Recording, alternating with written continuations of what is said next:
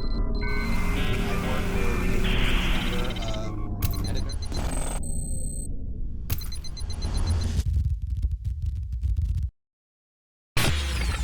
Welcome to a new edition of System Update. I'm Lee Fang, reporter at The Intercept. Glenn is out this week, so I'm subbing in. We're now 6 months into the national emergency around the coronavirus, a pandemic that has placed an international spotlight on the gaping failures of the wealthiest, most powerful country in the world. As of this taping, about 160,000 people have died of COVID-19 in the United States, accounting for more than a fifth of global deaths. The death toll reflects a jarring breakdown of government ability. The Trump administration failed to heed early warning signs of the outbreak in China, made cuts to virus surveillance programs, disbanded the office in the White House designed to manage infectious disease, failed to stockpile ventilators, masks, and other forms of PPE, and in the first months of this crisis, despite Trump's tough rhetoric around trade, failed to implement export restrictions, allowing vital supplies to be shipped out of the country when our citizens needed them most. It is difficult to overstate how badly the government botched this pandemic. From placing his son-in-law in charge of virus response efforts, to daily petty sniping with reporters on trivial subjects, to the refusal for months to simply wear a mask, and to listening to business leaders over scientists and encouraging an early reopening of the economy, there has been little leadership from the President of the United States. And these missteps have taken a heavy toll. States that appeared to have the crisis under control are facing skyrocketing new cases. Food insecurity is growing. In July, new data revealed that the number of households with children who reported not having enough to eat rose to 13.5 million. Out of some 40 million who have lost employment, there are estimates that nearly a third of those jobs may not return, even when this pandemic ends. About one-third of households reported not being able to pay their full mortgage or monthly rent payments in July. Small businesses are also closing at a record rate, with no clear sign that many will return. The additional $600 in weekly unemployment benefits and the moratorium on evictions has ended. The potential for mass foreclosures is on the horizon. In response, Congress has moved slowly to prepare a new round of economic assistance. House Democrats have touted a rescue fund for states and local government, new hazard pay for essential workers, money for the post office, and an extension of UI benefits. But so far, they've been unable to win support from across the aisle. Meanwhile, Senate Republicans have proposed cutting employment benefits by $400 a week and have pushed response legislation laden with pork barrel spending, including a demand that the next coronavirus bill include $8 billion for new weapons, including additional F-35 jets and new Apache helicopters. Congressional leaders from both parties are pushing for an additional round of special tax cuts for business owners, including an unprecedented effort to allow bailout funds from earlier this year to be counted as tax deductions, a shift that would almost entirely benefit the top 1%. That is on top of tens of billions of dollars in specialized tax cuts for corporations, including special retroactive tax cuts with no strings attached for maintaining jobs. In other words, while Americans face potential for starvation, the government has filled the trough for the corporate elite. It didn't have to be this way. In Germany, the government rapidly deployed testing facilities in the first few weeks of the crisis as the virus took hold in Europe, limiting the devastation. In South Korea, a quick shutdown of international travel, contact tracing, and a rapid aid effort quashed an early outbreak. A robust government response, including generous stimulus programs designed to maintain employment and boost healthcare spending, along with a coordinated and early lockdown, has nearly eliminated the virus in Taiwan and New Zealand, two countries where life is returning to normal. It's not clear how the U.S. will respond to the virus. If the past 6 months are prologue, we will continue to see the unsettled lives of millions in the working and middle class, and bailouts for the rich. In this episode, we'll talk to experts on what went wrong with the economic response to the coronavirus, and talk a little bit about what needs to be done. I'd like to introduce David Dayen, a journalist covering business, politics, justice, and so much more. He's a former contributor to The Intercept and currently the executive editor at The American Prospect. He has a new book out, Monopolized. David, thanks for joining us. Thanks for having me, Lee. First, let's talk a little bit about your new book, which covers a topic that's intersecting with a lot of issues going on. We're talking about the economic response to the current crisis and the federal stimulus measures, with some exceptions, have very few strings attached. Corporations are receiving a lot of aid from the federal government, and many are turning around and using this money for dividends, stock buybacks, executive bonuses. But in some cases, they may be using that money to gobble up smaller firms, and we're going to see this crisis lead to a more corporate concentration, a more monopolized economy. What do you think about that? Yeah, I mean, I think it's clear that, like in so many things, this crisis is accelerating existing trends in the US economy and in US society that have been there for decades. And that's certainly true with economic concentration. Since 1980, essentially, the government has essentially walked off the field of enforcement of these kinds of issues of monopolization, of consolidation of large markets into a few different players. And exactly what you said, it's a combination of a lot of small businesses are going to have to be shuttered. A lot more are going to be ripe for being purchased by the survivors that are left, the large Goliaths that are remaining. The federal stimulus package did disproportionately help larger businesses over small ones. We can talk about that a little more. And also the changes in consumer patterns, the changes in worker patterns trend towards monopolization. People aren't going to be out and commuting to work. They're going to be working from home. They're going to be using different tools like that are used by, provided by Google and Microsoft. They're shopping from home, using tools provided by Amazon. So, we're seeing that sort of built into the changing culture of how people are operating through their daily lives. And then you create patterns and you get people, reliant on these types of structures, and then they, have no real choice. So I do think that we're seeing this acceleration, and there's a way to stop it. It requires some political will, but we have not seen that in evidence in the last 40 years. Well, let's talk about that political will. There's certainly a push from Elizabeth Warren and others during the Democratic primaries to highlight this issue. We're seeing a set of Republicans, perhaps for cynical motivations, but they are at least talking about the bigness in Silicon Valley, the big tech issues.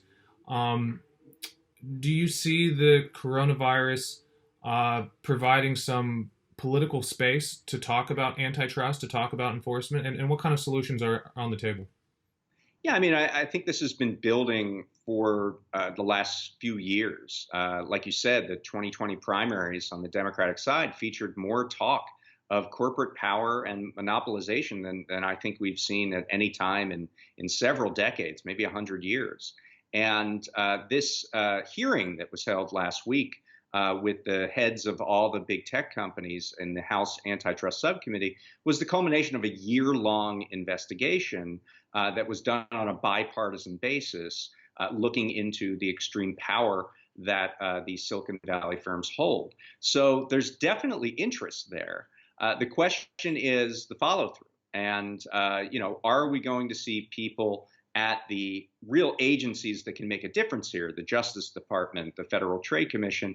Are we going to see people put into power there that really have an interest in enforcing the antitrust laws, or do they have an interest in rewarding their past and maybe future clients when they rotate back out of government into the private sector, usually to some corporate law firm that is defending a large corporation?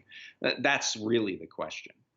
I think if Biden does win and Trump is out of office, it'll be interesting to see where his justice officials, his FTC officials end up, if they will go through the revolving door, because there was a lot of big talk about enforcement, but not that much action.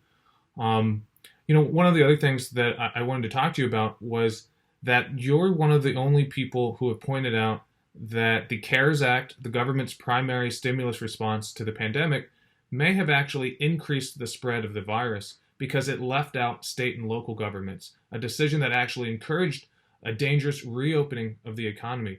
Could you unpack that a little bit and explain it? It's a fascinating observation. Yeah, absolutely.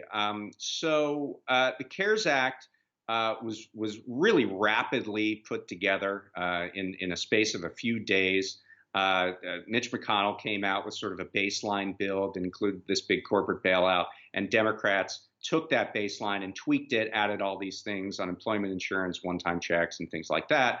And they reached a decision that was unanimous. I mean, everyone in the Senate who voted on the bill voted for it, and the House didn't even hold a recorded vote. It was a voice vote. So everybody is on the hook here.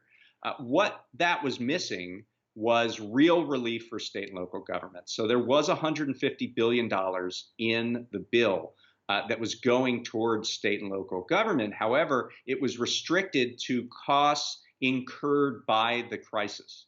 So it was really only for, advanced testing or social distancing measures or things like that, PPE.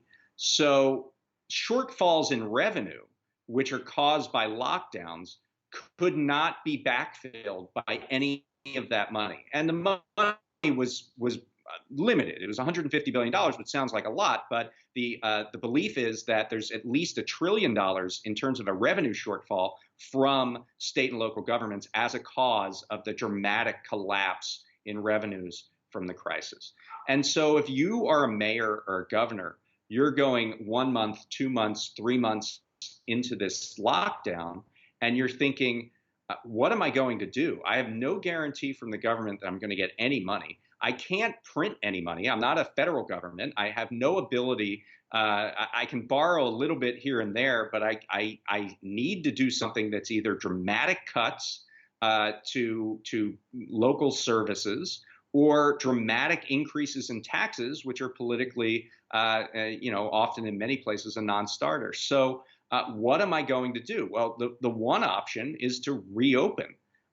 Because once you reopen, you start to receive those sales tax revenues. People start getting back to work. You start to receive individual income tax revenues and things like that. So a professor at Marquette University actually tested this hypothesis after I brought it up. And he provided me with the data, and it shows that if you as a state relied more on income tax, which was a good sort of indicator of that you needed to backfill these revenues in order to make your budget balance, then you were more likely, by a dramatic, like statistically significant margin, you were more likely to reopen. And we certainly saw that here in California, where you and I are speaking. Both at the state level, where Gavin Newsom had these various thresholds for when things would reopen, and he even admitted that he didn't follow them, that he reopened much faster than the thresholds for case counts and hospitalizations would show. And also locally here in Los Angeles, we saw a very similar thing, a rapid reopening once the early beginning reopening started. All of which it seemingly was because the revenue collapse was so great, and certainly so great, that rather than lay off, hundreds of thousands, if not millions of public workers, you had to, get people going again. And this obviously was premature. We certainly saw in states all over the country that a premature reopening led to more spread of cases. And so you have to connect the dots and go back to the CARES Act and wonder if they did a responsible backfill of these revenues, which they knew were going to be lost if you're going to have months of lockdowns, that what would have happened if you were able to play that out and not have that pressure on the part of governors and mayors to, want to reopen very quickly. So that's the hypothesis, and it was interesting that it was borne out by the evidence. It was kind of a crude model, but it did show a significant result. And I think people are coming to the conclusion that this early reopening had to do with the essential incoherence of the CARES Act to actually deliver in a way that allowed states and cities to make their own decision in a safe and responsible way. Yeah, as you mentioned, we're both in California, and despite the national reputation as a very progressive or left-leaning state, we have an incredibly regressive tax system. I mean, we have a high income tax, but the state is very reliant on these gas taxes, these consumption taxes, sales taxes, and it really pigeonholes local governments that have pushed them to take this potentially dangerous move of costing lives by reopening too quickly. So it's a fascinating dynamic, but Democrats no longer have this leverage over Republicans. When it was early in the pandemic, they could have forced maybe more provisions into the law. They've so far given huge tax cuts to business owners. They've replenished these forgivable loans to business owners. A whole range of subsidies and specialized tax cuts that largely benefit the 1%. And now we are moving into a period where the unemployment insurance, the federal supplement is running out. The foreclosure moratorium is running out in states across the country. What do you see as happening next in Congress? Well, it's a very difficult situation for the reasons that you described. I mean, the leverage was on the table for Democrats to maximize the relief that they could have gotten back in March.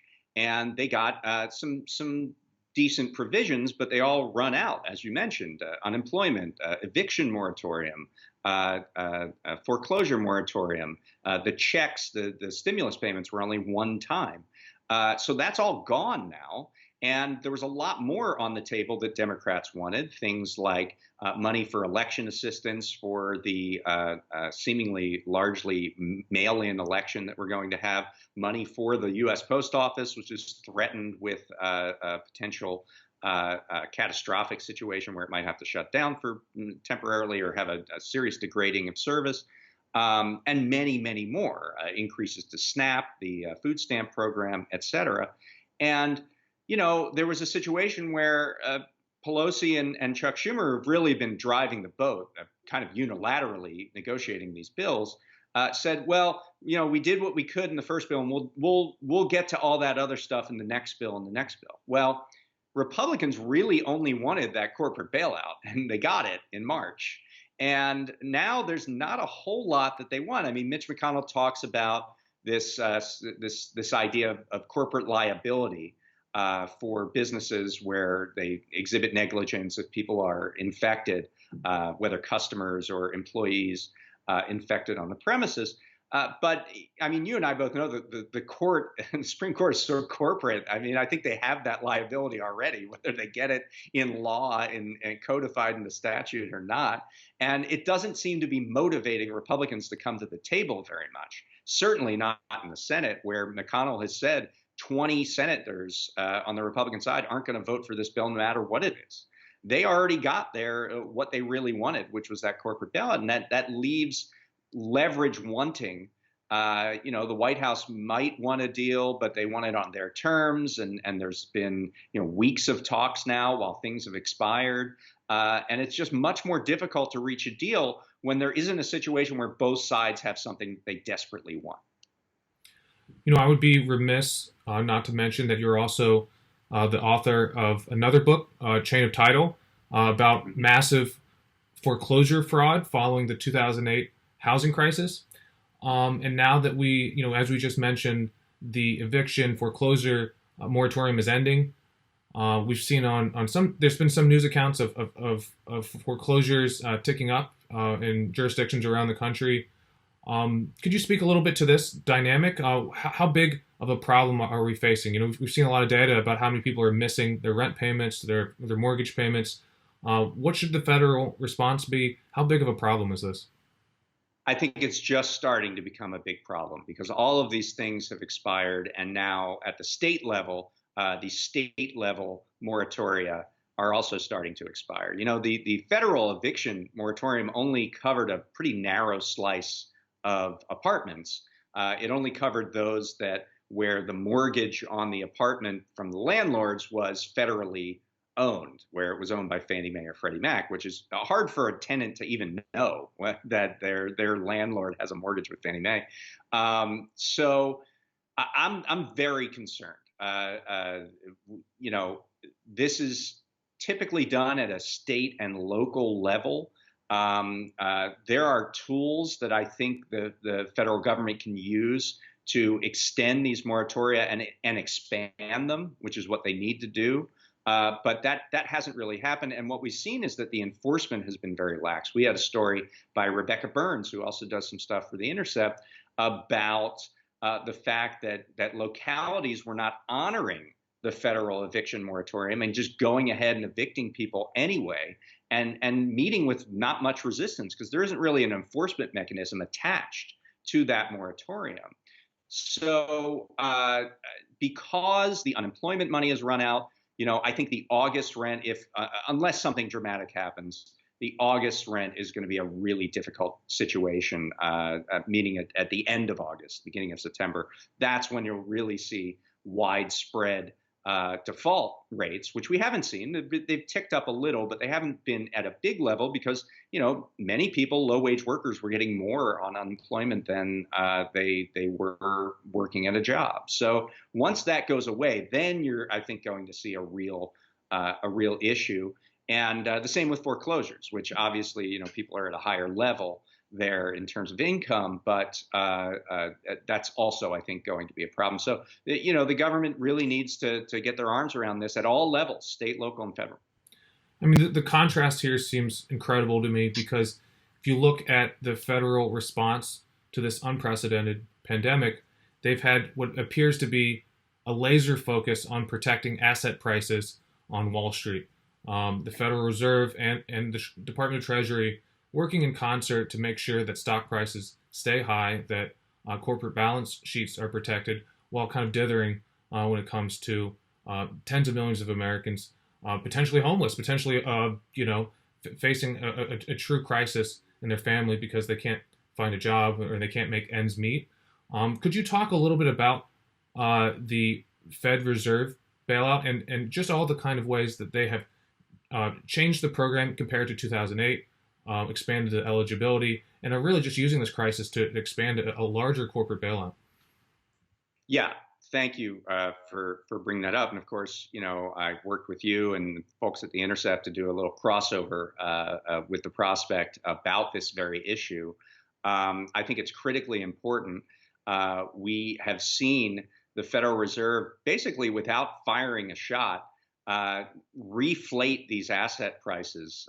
There was a moment in late March where the stock market was kind of crashing and people were very uncertain about the future. And the Federal Reserve essentially said, we're going to do whatever it takes to keep stock prices high. And then they were reinforced by, in the CARES Act, a $450 billion deposit, essentially, that was put to the Federal Reserve. They could lever up to a $4.5 trillion money cannon that backs up their words. And they almost didn't even have to use it very much. Just the fact that they had it was enough for investors to be calmed and say, okay, we're going to move forward. And since that time in late March, the stock market, the Dow Jones has been up 8,000 points. NASDAQ is now at a record high. S&P 500 is going great guns. There was a week there where it was the best week for the stock market since 1938. And there was this amusing scene on CNBC with Jim Cramer where he said, he had a graphic behind him that said best stock market since 1938. And the chyron on the underneath him said 16 million people out of work. And so that kind of tells you the whole story there, right there. The Fed is working on a number of different fronts. But one thing that's new here is that they are engaging in corporate bond purchases, which they did not do in 2008. And these are really corporate bonds are really only issued by the largest corporations in America. That's who has access to the capital markets. And that's the instruments that the Fed is buying. And it doesn't only support stock prices, but it supports these corporate bond prices. And it makes borrowing very cheap. So you see this once again, much like stocks. In late March, it's very expensive to borrow money if you're a large corporation, and then it goes steadily downward as the Fed keeps introducing these announcements. And now it's extremely cheap to borrow money, and you've seen just an absolute bonanza in the corporate bond markets, with every major corporation grabbing what is essentially dirt cheap money and using it for whatever purpose they want, because because this is the private markets, there are no conditions on any of this stuff. So, I mean, Apple, which is one of the companies that did, I believe, a $10 billion bond measure, has said right in the press release, we're going to use this for buybacks and dividends. They said we're going to leak this money out to investors that we're borrowing right now. And interestingly, the Federal Reserve bought a piece of that corporate bond that Apple just recently issued, and they've bought several. I think it's $13 to $15 billion of corporate bonds. And they were asked, well, you've sort of stabilized this market. Why are you buying corporate bonds still? And the Fed said, well, we have to honor our promises. And follow through on what we said, or else we lose our credibility. That is not true in other areas. One of the other places where the Fed introduced a program was in municipal bond markets. They said, we're going to buy up municipal bonds that state and local governments float to get them through when they have a deficit. And they have bought pretty much no municipal bonds. So even by the Fed's own standard, they're honoring this request to lift up the corporate bond market, but they are not doing the same thing in the municipal bond market. And in fact, the rules that they made for the municipal bond market immediately canceled out about 97% of all municipalities because they would not reach the standards that the Fed made for this municipal lending program. So I think at all levels, and the Congressional Oversight Commission has talked about this, the Fed's actions have supported large businesses that arguably don't need the help, or certainly not to the degree that small businesses do. And they have left behind smaller businesses and municipalities. And you're just seeing it's almost an inherent bias of who the Fed is able to protect. I mean, I see these polls in the news that Americans this year have lost trust in government to an incredible degree. I don't have the numbers in front of me, but I'm sure you've seen similar polls. You know, they see what the president tweeting or arguing with reporters at press conferences, not taking the science seriously and treating everything like a political football. But I have to take a step back and say, well, clearly some Americans trust the government. The investor class really trusts the Federal Reserve. They know that the government has their back. So, I mean, there's a little bit of a dichotomy there. Yeah, that's absolutely right. Yeah. I wanted to talk a little bit more about what we started on, which is just the incredible amount of federal support to large businesses. That the key measure of the federal rescue program for the economy was this PPP program, Paycheck Protection Program, that was designed, or at least sold to voters, sold to the American public as a way to protect jobs. But we've seen report after report that the very large firms, not small businesses, gobbled up the majority of this money. If you were a sole proprietor or a small coffee shop, you had to wait weeks and weeks. The large, wealthy clients of big banks received concierge service when applying for these loans. And just from kind of a macro point of view, we have huge amounts of unemployment. It hasn't served its intended purpose.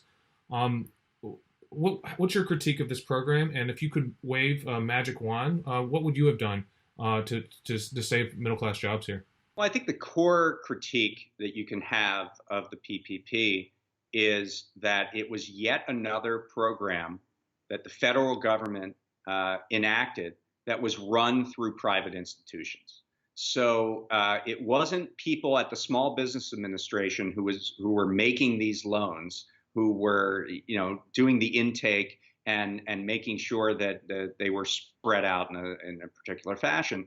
It was large banks. It was the banking sector that had to write these loans and then give them to the Small Business Administration. Now, the banking sector was completely held harmless from any fraud associated with these loans. All they had to do was take the application and give it to the SBA. I mean, that was literally all they had to do. They made something on the order of $19 billion, the banking sector writ large, doing this.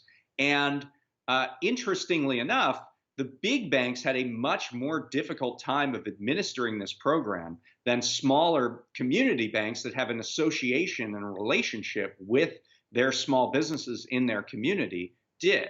The big banks did take advantage of this program. That, as you said, they gave them concierge service. They restricted the program to only businesses that they had an existing relationship with.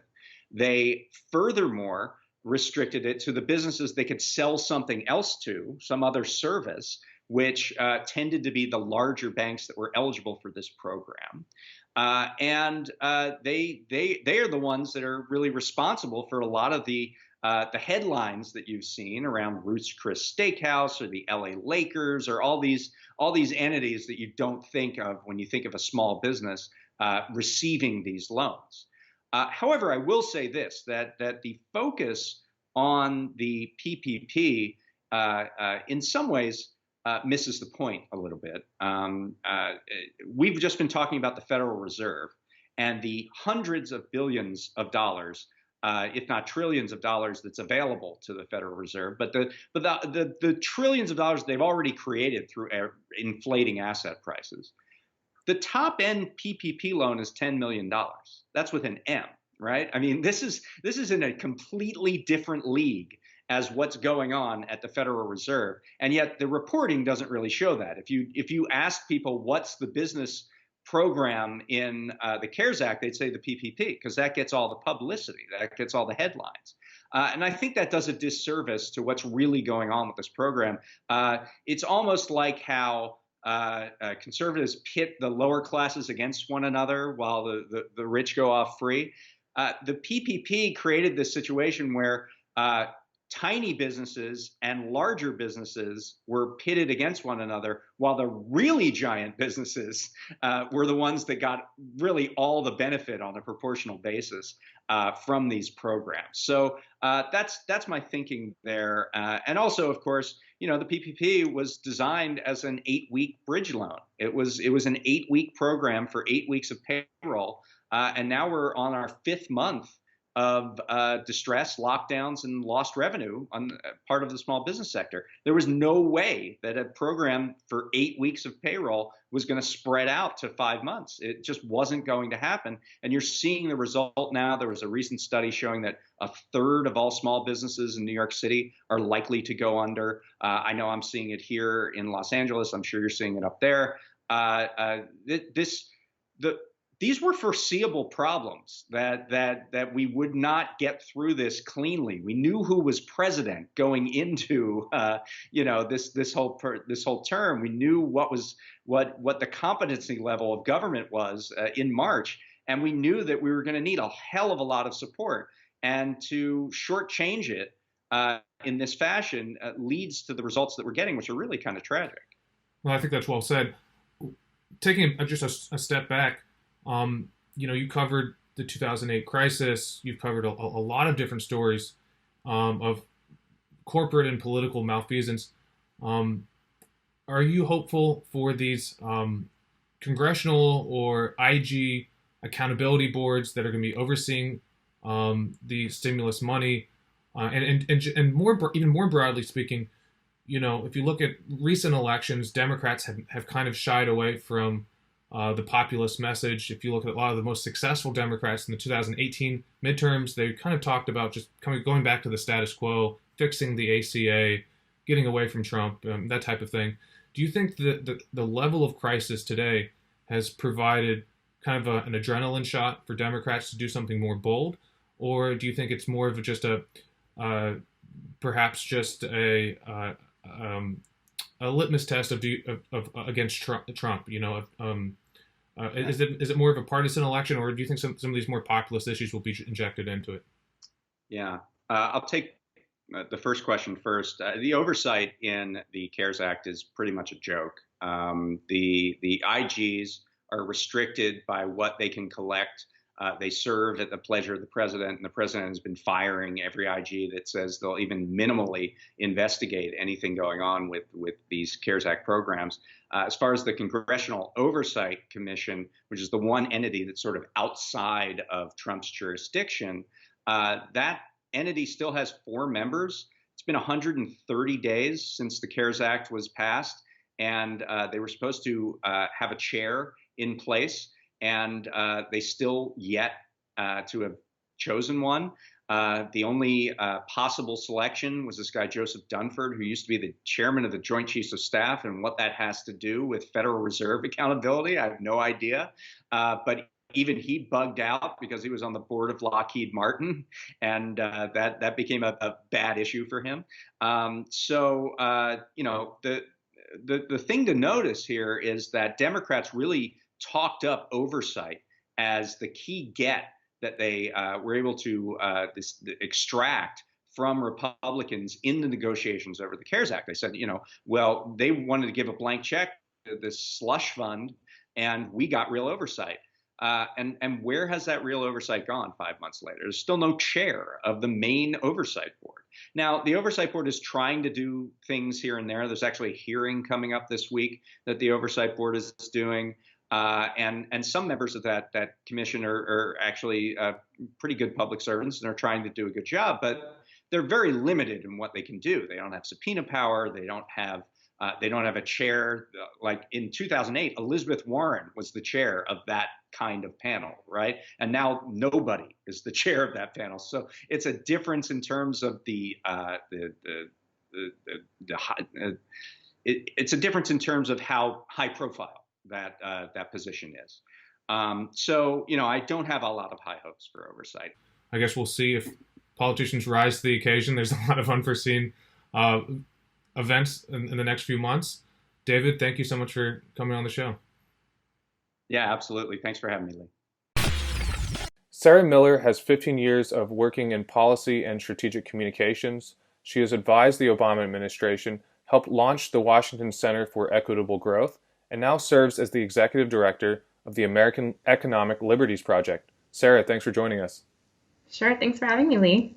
Your group is on the cutting edge of a lot of current debates around corporate power in Washington and Wall Street, but it's also relatively new. Can you tell us a little bit about the American Economic Liberties Project? Sure. So our group launched back in February 2020. We came out of another institution called the Open Markets Institute, which itself launched out of New America back in 2017. So what we've been focused on, both back at Open Markets and here at the American Economic Liberties Project, is pushing government and policymakers to confront corporate monopolies. And when we look at the economy and when we look at our democracy, we see that all across markets, whether it's big, small, there has been a tremendous amount of consolidation and monopolization. And what that means is that large corporations are free to abuse and exploit those with which they have economic relationships. So smaller businesses, workers, consumers, communities, and our democracy itself. And this is a problem that, grew very quietly back in the 1980s. Both conservatives and progressives kind of overthrew a more robust and democratic approach to enforcing antitrust laws. And the result of that natural experiment is this really kind of extreme corporate consolidation that is plaguing our economy and jeopardizing our democracy. So that's what we work on. Across the country, there's so much decline as a result of the pandemic, small businesses being shuttered, jobs lost in the tens of millions. But you touched on this a second ago, but there are certain businesses that are thriving in this environment. Massive corporate subsidies, tax cuts going to large businesses that are not using this money necessarily for payroll support, but are looking to exploit this crisis to merge with other businesses, to gobble up smaller businesses that are failing, and to really increase corporate consolidation. Can you talk a little bit about what type of businesses are thriving in this environment? What kind of business practices are thriving in this environment? Right. So there's no question that the economic response, that policymakers and Congress's economic response to this pandemic exacerbated the very problem that I just described. So basically what happened is the Federal Reserve, was allowed to move in and really extend unprecedented support to large corporate actors and Wall Street, with very few limitations on that support or restrictions on, what they could do because of that. So what we've seen as a result of that is corporate America and Wall Street really have kind of all the support they need to buy up competitors, to kind of lay off employees, and then push those resources up into executive pay and things like that. stock buybacks. So, basically what we saw was the pandemic create kind of a real humanitarian and urgent crisis. And Congress responded by extending short-term, important, critical humanitarian relief to everyday families and important support, but imperfect support, also temporary, to smaller businesses, which has proven to be insufficient, but unlimited, kind of unprecedented support to the largest corporate actors in our economy. And that's why we're seeing this kind of divergence between the stock market and the experience of everyday people in the economy right now. The CARES Act, the government response back in March to this crisis, was passed so rapidly with so little debate, but there was a little bit of a push by folks like Senator Elizabeth Warren to condition some of the aid.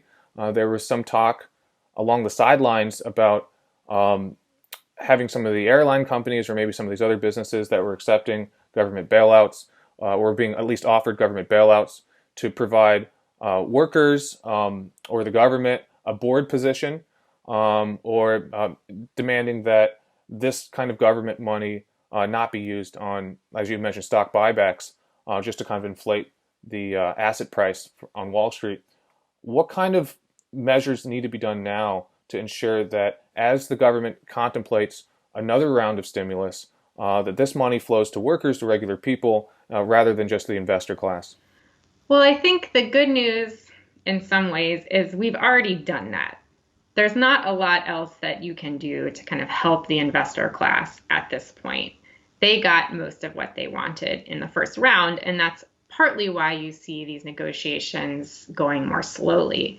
We also saw, I think, an attempt to try to get business immunity from liability for businesses. That's kind of the last thing that large corporations want. They don't want to be responsible for, their employees getting sick if they're all kind of packed into a warehouse. So that's the kind of last piece of real, that corporations are really interested in trying to get across the finish line.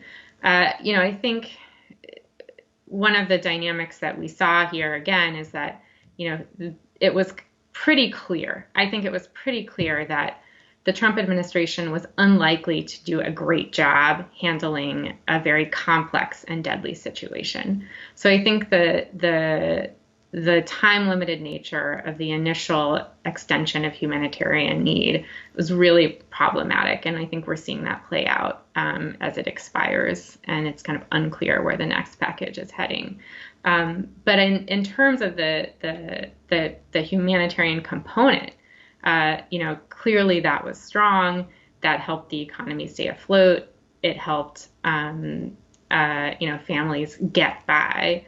But it wasn't enough. And the other dynamic at play here is over the longer term, and even over the immediate term, the way that the legislative response bolstered corporate power and supported kind of predatory commercial firms like private equity actually undermines the security and well-being of everyday families amidst this pandemic, where you see kind of private equity coming in and slashing doctors, for example, or huge companies like Tyson, pushing their employees into tight quarters, and then seeing enormous numbers of coronavirus cases and deaths.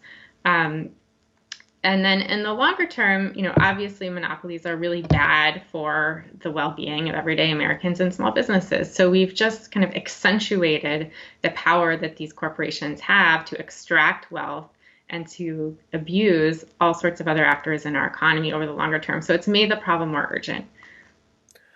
I feel like in at least my adult life, the logic of monopoly has been taken as just conventional wisdom. When companies merge, government regulators and politicians essentially rubber stamp most of these deals.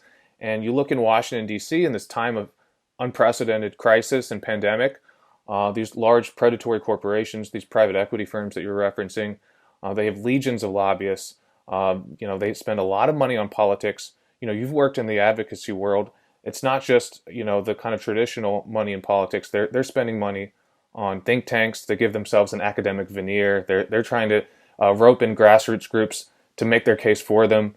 How do regular working and middle class Americans get hurt in this environment? How do small businesses push back against this incredible consolidation? Yeah, on this point, I feel a little more optimistic. So when I first started working on policy related to monopolies and corporate power and mergers and acquisitions and antitrust, a couple of years ago, a colleague who'd been working in Washington for 20 years said, I haven't really heard the word monopoly since the Microsoft case. It really got erased from our collective memories for the most part. I've worked in policy and communications and democratic politics for the better part of 15 years. And really not once did I hear the word monopoly come up. Not once was antitrust a part of the conversation of how to create broad-based prosperity and economic well-being. And not once, were kind of antitrust enforcers at the FTC or the DOJ really scrutinized or a part of these conversations. So there has been a radical change in the level of awareness and the importance and in the understanding, even among, I think, more conservative Democrats, that hey, this concentration thing is a pretty big problem and a real headwind, if we want to prevent kind of all of the exploitation and extraction of wealth from, everyday people. And it's not just, people at the margins or poor people. These monopolies are also abusing large and medium-sized businesses. And I think where this story is playing out kind of in the most powerful way right now is with big tech. So big tech is under investigation all over the world: Amazon, Facebook, Google, Apple. They're obviously some of the most powerful corporations in the world. Jeff Bezos, wealthiest man in the world. And they got to be that way because they built monopolies in an era when really no laws or regulations around monopoly power or abusing dominance were enforced. And that narrative is now coming through very clearly.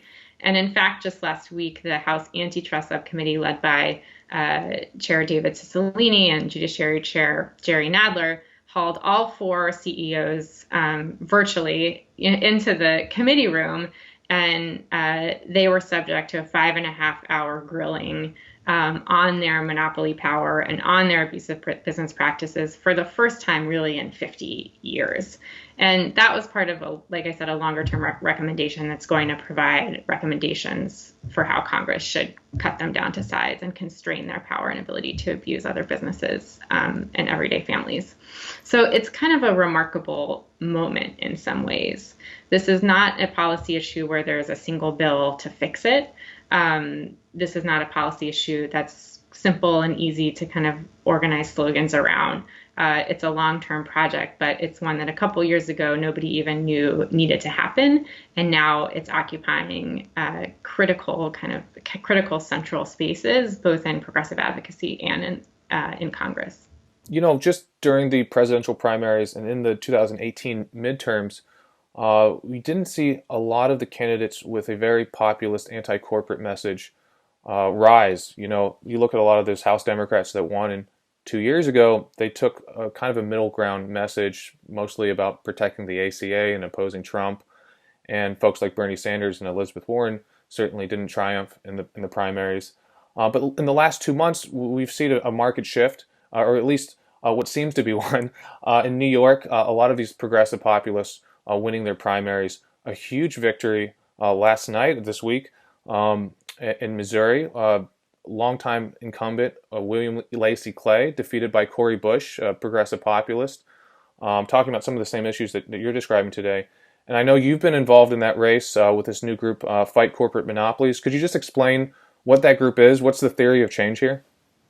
Sure. Fight Corporate Monopolies is a new organization that I launched with the help of Morgan Harper, Fash Kier, and a number of others to really inject the issue of corporate monopoly power and corruption into the political conversation and highlight basically kind of specific ways that don't often get talked about, almost never get talked about in this context, specific ways that policymakers go to Washington and serve the interests of large corporate donors at the expense of their constituents.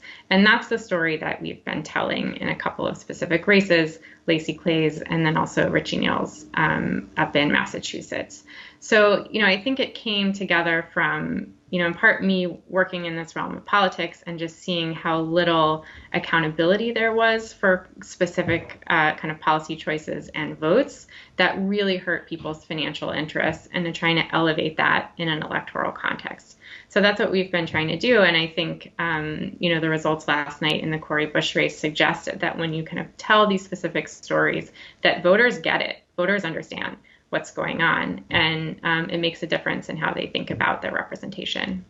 In this time of pandemic and economic crisis, it seems like a lot of politicians who have been associated with, kind of middle ground status quo policies are rising to the occasion. Joe Biden, certainly no radical, but he's talking about a lot of big policies. He may be pushed, he may be forced, if he is successful this election, to adopt a more radical tone, or at least a more assertive tone.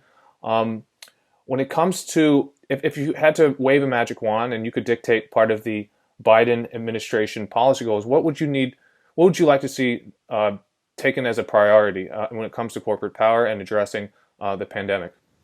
Sure. So when it comes to corporate power, I think one of the really interesting and unique things is that there is a lot of power and authority sitting within the executive branch. Our approach to kind of policing monopolies was overthrown under Reagan without changing a single statute. And if enforcers are in place that want to take a more aggressive approach and kind of free themselves from a very narrow ideological frame that they've kind of boxed themselves in on, and think about the work that they do as essential, not just for upholding or creating competitive markets, which it clearly has failed to do, but as a part of the broader work to achieve economic justice and preserve democracy. So, from my perspective, getting enforcers in place at the Department of Justice and at the FTC who can reflect and recognize that the approach that they've been trained on is a failure and a huge economic liability, then that would be a big success. I think that one of the things that makes me feel a little bit more positive is that the problem is so bad, it's not just the tiniest businesses who are being hurt. It's large businesses who are being bullied by Apple or Amazon. So you have basically this tier of kind of super monopolies sitting at the top of the economy who are leveraging all of that power against everybody else. And for a long time, it wasn't really recognized. It wasn't a part of the conversation. The dots weren't connected. But that has really changed. And both the antitrust hearing and investigation that culminated last week, and I think the results in last night's elections in Missouri make that case in a really compelling way. All right. Well, Sarah, thank you so much for joining us. Sure. My pleasure. Thanks, Lee. I'd like to introduce Damon Silvers. He is the policy director of the A.F.L.C.I.O. He is a major voice in progressive politics. He's shaped federal policy for many years, including serving as the deputy chair of the Congressional Oversight Panel for the bank bailouts of 2008. Now he's advising policymakers on the coronavirus relief efforts. Damon, thanks for joining us. Great to be with you, Lee.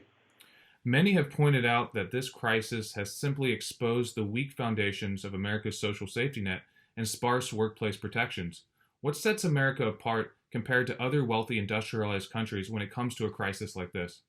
Well, Lee, I think that's a great question to start any inquiry into this with. I mean, for a good 30 years or so, more really, we have pursued a kind of market fundamentalism in this country. Some call it neoliberalism. And those policies essentially worked as if they were designed to feed an epidemic. And they do set us apart from most other advanced industrial countries. So, for example, we don't have paid sick days as a norm in our workplace. This means that when people get sick on the job, they keep working.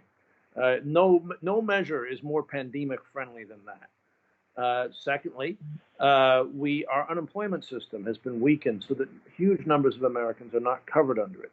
That meant when we needed to shut the economy down to stop the epidemic, we began with a situation where millions of working people literally had nowhere to go if they were laid off. Third, we've dismantled our system of collective bargaining to give workers voice on the job. That means that workers have no power to object to an unsafe workplace, a workplace where the coronavirus spreads, like Tyson's meatpacking plants, where this has happened over and over again. Fourth, we've dismantled in a lot of ways both the substance of our government and our trust in government. This creates an environment in which we don't have enough of the resources necessary to fight the virus. We don't have enough public health officials. And perhaps more importantly, Americans have come to not believe that their government is really on their side because of things like the bank bailout, and not to trust the government is telling them the truth about a crisis. And that, it turns out to be a catastrophic situation for a country to be in. And if you look at what happened in most other advanced societies, none of these things were true. Well, let's drill down on that. If you look around the world, from Australia to Germany, there are dozens of stimulus programs to respond to this economic crisis caused by the pandemic. How would you compare the U.S. response compared to other wealthy nations? Could you just walk through some of the biggest points of contrast? Sure. Well, let's just start by understanding what it is that needed to be done conceptually, which is that when you close an economy by fiat, you create a really unique situation. It's not like a recession where a portion of the population is not working and that creates demand problems and so forth. When you close 70, 80% of economic activity, as we did for a time earlier this year, you really have to kind of synthesize the economy. You have to keep pumping. It's like trying to keep a tire pumped up when you've punctured a hole in it. You have to basically pump it full of cash. You have to pretend as if you have a real economy for a time. Otherwise, you do real damage, both to the human beings that make up our society and to the economic fabric of our society, to the firms and the financial institutions that make the economy work. So what you don't want to do when you're doing that, if you can avoid it, is hand money to people who are going to stuff it in their mattress. You want the money to move through the economy as if everything was normal. And the best way to do that is to set up systems of payroll support, meaning the government gives employers money on the condition that that money be pumped right through the employer to the employees, as if they were really working. And you keep the employees on the payroll. Now, this was a particularly important idea in the United States because so much of our sort of social insurance system works through employers. Our healthcare system largely runs through employers. Our retirement security systems run through employers. People's whole attitude about their prospects and what's happening around them is shaped by whether they're working or not. So the smart thing to have done would have been to do what other countries did and set up really robust payroll support programs that literally just pumped that money through. Now, instead, what we did, we didn't do that. In the CARES Act, what we did instead was that we strengthened our unemployment insurance system. We created a $600 a week minimum payment, additional payment for everybody on unemployment. Now, that was actually not bad, except that now that extension has run out. All right, and it would have been much better if we kept people on the job. We wouldn't have the crisis in healthcare that we have now if we'd kept people on the job. And I think we would have had more consumer spending if we'd kept people on the job. I think we also would have helped more businesses to survive than has happened as a result here. We chose a second best solution, and now we're dismantling the second best solution. And that is really catastrophically destructive, is to stop the unemployment benefits once we chose that route. Federal supplements, as you mentioned, to the unemployment benefits have expired. The foreclosure moratorium is ending in most states. And now we have dueling House and Senate proposals for the next step of economic relief. Congress seems to be moving very slowly for this quickly arriving crisis. Can you talk a little bit about the House version of the bill, the HEROES Act? What do you like in this bill, and what would you have changed? So, Lee, the HEROES Act, which passed the House 2 months ago and has been sitting on Mitch McConnell's desk ever since, is really a very good piece of legislation. It is not perfect, but it has substantial measures that address many of the emergencies that our economy and our people face right now. It's really clear. I should be really clear, right? The HEROES Act is not a long-term recovery bill. It's an emergency bill. Right? It's the equivalent of sending in an EMT or patching your flat tire on the highway. The HEROES Act first extends the expanded unemployment benefits at full strength at $600 a week through the end of the year. This is critical because we have at least 30 million workers right now unemployed. Right? We are not back to normal anyway, anyhow, and there are not jobs for those people. The idea that somehow these payments are deterring people from going to work in places that are eager to take them, those jobs do not exist. So, and if we don't keep those benefits up, we're going to see a further collapse in our economy because of people with no money to spend. Secondly, the HEROES Act provided for the level of aid that state and local government need to be able to function over the next year and a half, 2 years, in the face of the collapse of tax revenue that's happened at the state and local level. So the HEROES Act provided $1 trillion in aid to state and local government. That's slightly less than they actually need, but it's in the ballpark. The HEROES Act provided that the insurance premium for unemployed workers under the COBRA program would be paid by the federal government. Again, that's tens of millions of people whose health insurance is about to expire. The HEROES Act provided $25 billion in assistance to the United States Postal Service, which is absolutely necessary to keep the Postal Service functioning. And as we know, the Postal Service is the tie that binds our nation together. And it's also critical for conducting an election under COVID. The HEROES Act provided, and this may be the most important thing about it, the HEROES Act mandated that the Occupational Safety and Health Administration under Donald Trump issue a safety standard for infectious disease in the workplace, which they have refused to do. The A.F.L.C.I.O. has sued them, unsuccessfully, I'm afraid. The court said this is a congressional matter. Well, time for Congress to act. The HEROES Act does all of those things and more. It provides money for reopening schools safely. It gives help to workers' pension plans who are under pressure in this situation. It is a comprehensive emergency response to the crisis. The bill that you referred to, Mitch McConnell's proposal, which he can't get passed because he doesn't even have the majority of the Republicans behind it. Mitch McConnell's proposal doesn't do any of these things except it provides a bit of additional unemployment money. I think it's $200 a month. That's a 2/3 cut in those benefits. That will cost 3 million additional jobs and leave tens of millions of American families in poverty. The McConnell bill is not a meaningful alternative, and the fact that the Republicans can't even agree to do it shows really that it's not serious. The only serious proposal on the table right now for addressing an urgent humanitarian and economic crisis that our country faces, as you and I are talking, is the HEROES Act.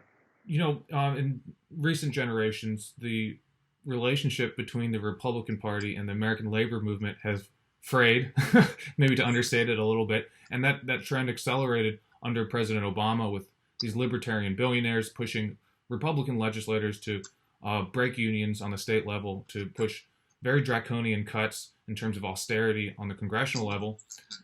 Now there might be a little bit of a shift. There are corners of the Republican Party in Congress, folks like Josh Hawley, who have criticized Republican leadership, and they've encouraged frontline Republican senators up for re-election to support more generous aid to workers, more payroll support, maybe even conditioning some of these tax cuts and other corporate subsidies on maintaining payroll and American workers.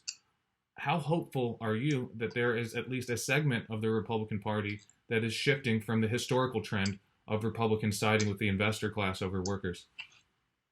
Well, Lee, that's a really fascinating question. I have to go back in time a bit on you. Once upon a time, the Republican Party has always been the predominant home of employers in this country, at least since the late night, at least since 1870. That's been true. But there was, for much of American history, a substantial pro-labor part of the Republican Party. And there were politicians like Teddy Roosevelt, Fiorello LaGuardia, were Republicans. And they were important figures in lifting up the rights of America's working people. But as you say, there has been a real diminishment in the number of Republicans who have supported workers' rights in any way in recent years. I think what's happening right now is that there are some people in the Republican Party thinking long term, who are thinking about how much destruction market fundamentalism has wrought in the United States, and in particular, its impact on America's economic competitiveness, because we've not invested in our nation's infrastructure, we've not invested in our education, we have expected, we've allowed a sort of bleeding out of American industry, much of which occurred under President George Bush, in terms of our trade relationships, particularly with China, and are looking to rethink a lot of these policies. And I think with every point that President Trump falls in the polls and the Senate Republicans fall in the polls, there are more people in the Republican Party thinking, well, maybe there's going to have to be a larger rethink, right? And I would just say that it's really important that for the labor movement to communicate clearly that we welcome the support of Republicans. We have lots of Republican members, and that that some of these issues hopefully shouldn't be partisan ones. You mentioned Senator Hawley. I'll just say that Senator Hawley pushed for a payroll support program of the kind I was talking about earlier. There are a number of Democrats in every place ideologically, from Senator Mark Warner on the conservative side of the Democratic caucus to Senator Bernie Sanders and Senator Elizabeth Warren on the more progressive side of the Democratic caucus, who embraced these ideas, and so did Senator Hawley. And I give Senator Hawley a lot of credit for doing that, even though there are a number of other issues that we really profoundly disagree on. To understand and to stand up in this important matter, you got to give people credit. If you look at organized labor, by its very nature, unions tend to support issues where there are unionized employees, where there are workers that are members of labor unions. But more and more, the workforce is changing. It's, of course, becoming more non-union. Some of the fastest growing jobs are in the gig economy, driving for Lyft or other delivery services and so forth.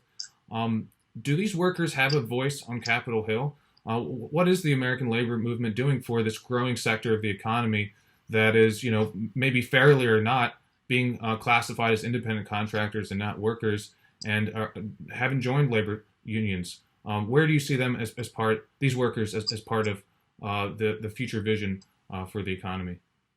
Well, I'll tell you, I think some of the most militant workers in the American workforce are in the gig economy.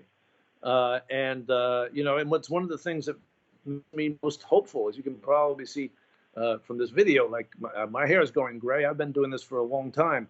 And when I see the kind of willingness, the kind of solidarity that gig economy workers show with each other, regardless of how their bosses have gotten away with treating them in terms of classification, employee or independent contractor, it's something that gives me a lot of hope for the future of this country. The labor movement has been working with gig economy workers, organizing gig economy workers across the country for a number of years now. With the Uber drivers in LA, the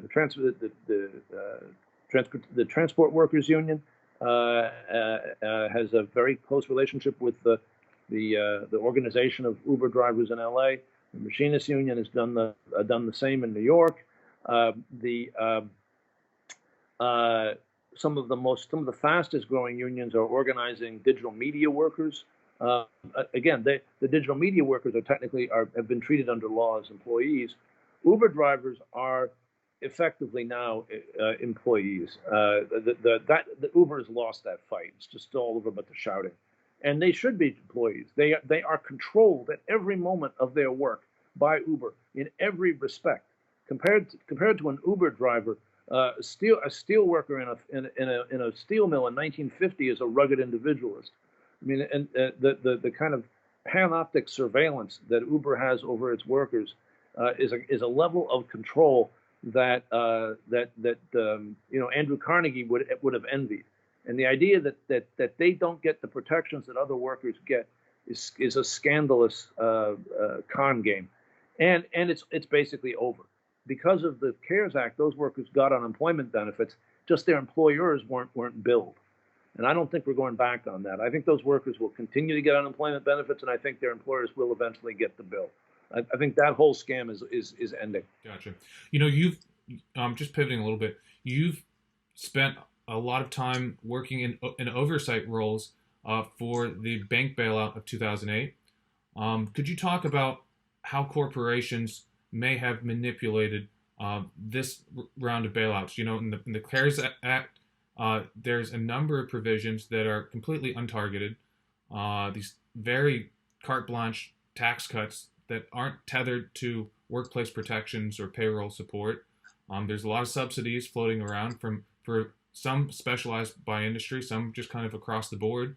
What kind of fraud could you expect to see? We were just seeing the kind of accountability boards, the congressional oversight boards being set up, and they haven't been particularly active, but I know that they're finally having hearings later this month. Could you talk a little bit about the potential for corporate fraud in this bailout? Okay. Well, I'd be careful about use of the word fraud. There's a lot of terrible things that could be done that don't reach fraud technically. So let's talk about bad, the abuse of these programs that is possible. Now, there's a couple of different issues here. One is the CARES Act programs actually did have some requirements. There were requirements around the somewhat mistakenly named Payroll Protection Plan, the PPP money that was supposed to go to small business, and a number of firms got that money that are definitely not small businesses. They did it typically by sort of pretending that different pieces of themselves were independent entities when really they weren't, and that's a big problem. You have these kinds of baseline issues around eligibility. Then you have the issue of what is being done with the money.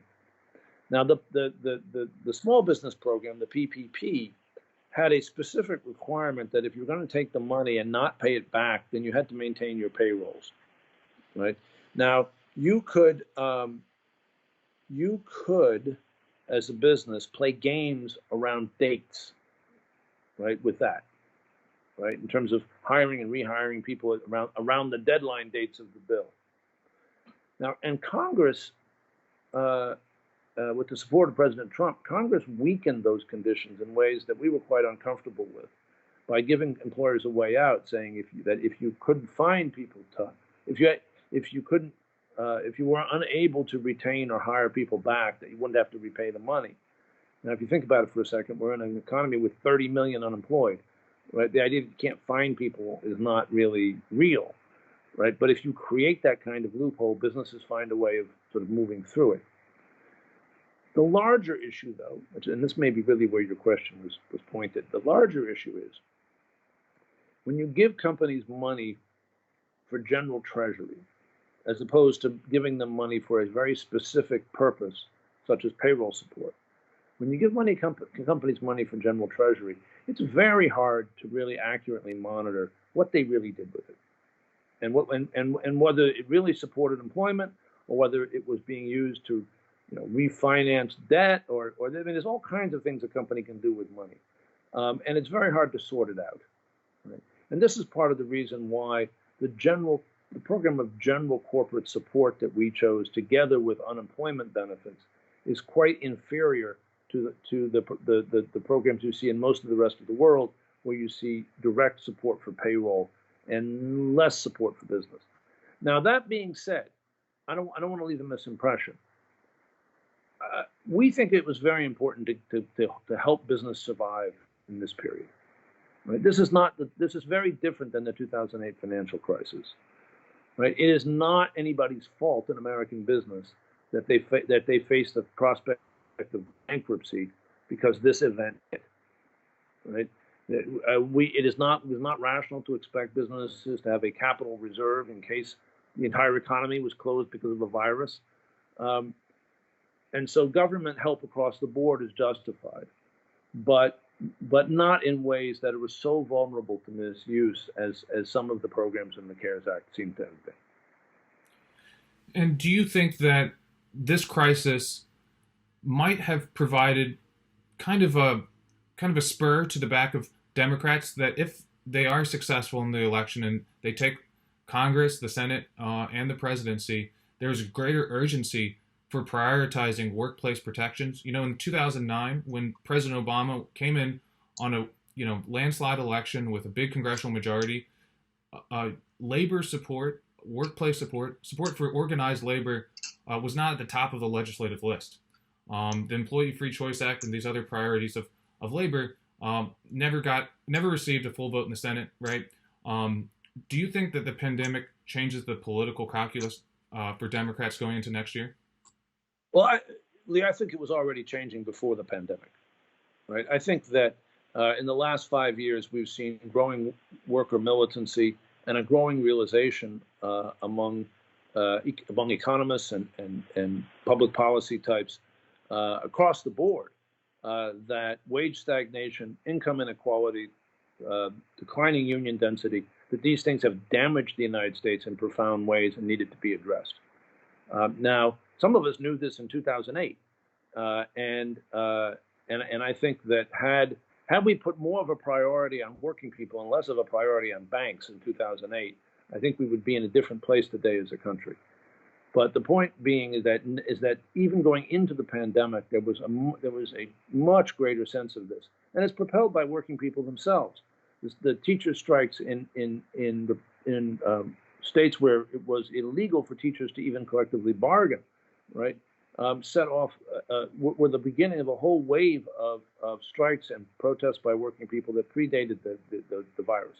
But I think you're right that the virus really, it's one thing to say, well, if I'm powerless at work, I'm not going to get a raise. It's another thing to say, if I'm powerless at work, the employer is going to infect me with a deadly disease and then deny me sick days and then blame me for getting sick. That's a different kind of deal. And I think the American public are not for that in a deep way. And I think that this catastrophe, which has been to such a huge degree the product of terrible political leadership by President Trump and Senator McConnell and others, this disaster is going to, I think, have long-lasting effects on American society as a lesson about what happens when you allow economic and political power imbalances to become so great in our society. And it's not the first time that this kind of thing has happened. I just say that the pandemic of 1918 is largely responsible for the fact that we have modern hospitals. That pandemic happened in a society where healthcare was considered to be a totally private matter, and really only very wealthy people had access in any meaningful way to healthcare. After that pandemic, things changed. The Mississippi floods of 1929, I think it was, did something similar in terms of understanding just how dreadful the condition of African Americans was in America at that time, and also the sense that the federal government needed to take some responsibility for the nation's infrastructure and for the overall condition of the national environment, the ecosystem that allowed that flood to kill so many people. It laid the predicate for the New Deal. We don't have any time to waste here. Our economy and the public and the health of our country is in terrible and deteriorating shape as you and I are talking. And I think that should Vice President Biden win in November, he will be faced with an immediate and urgent agenda, both in terms of economics and public health, that will be substantially more urgent than the very large crisis that President Obama faced when he came into office. I think it's really important to understand what happened in the spring of this year that led this country to go so wrong in terms of national policy toward the virus and thus toward the economy. And the thing that I think happened was that Donald Trump and some of his Wall Street friends panicked about the deterioration in the economy that was occurring due to the shutdown that public health officials were urging be done. Trump's Wall Street friends panicked because they were going to lose money. The markets were falling. Trump panicked because he thought he was going to lose the election. He thought the only reason anybody liked him was because the stock market was doing well. And as we know, President Trump is very concerned about how many people like him. What they didn't understand was that there was no shortcut to economic prosperity. There was no way to get there other than to first deal with the disease. There was not an either or. Now, all kinds of people told them that, but they were blinded by their greed and their fear. And the interaction between these Wall Street guys and Trump produced President Trump's determination to reopen the economy no matter what that kicked in May. And that's why we are where we are. We made bad mistakes under his leadership early on, but we actually were in a position to recover from them. And now we are in a really bad spot. And in the end, what this likely means is just increases the scale of the task that Vice President Biden will face in January. Well, great. Damon, thank you so much for taking the time to speak with me. Oh, you're very welcome, Lee.